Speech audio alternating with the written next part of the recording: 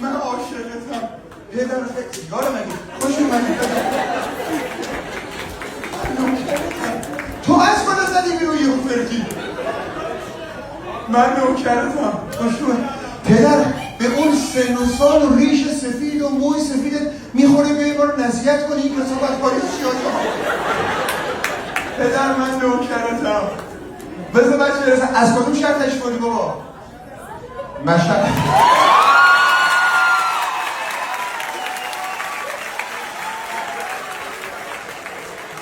قبول باشه آقا.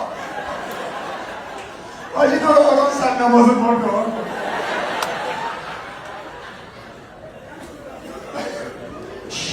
شهر مذهبیه ها. خاکش مطرب پروره.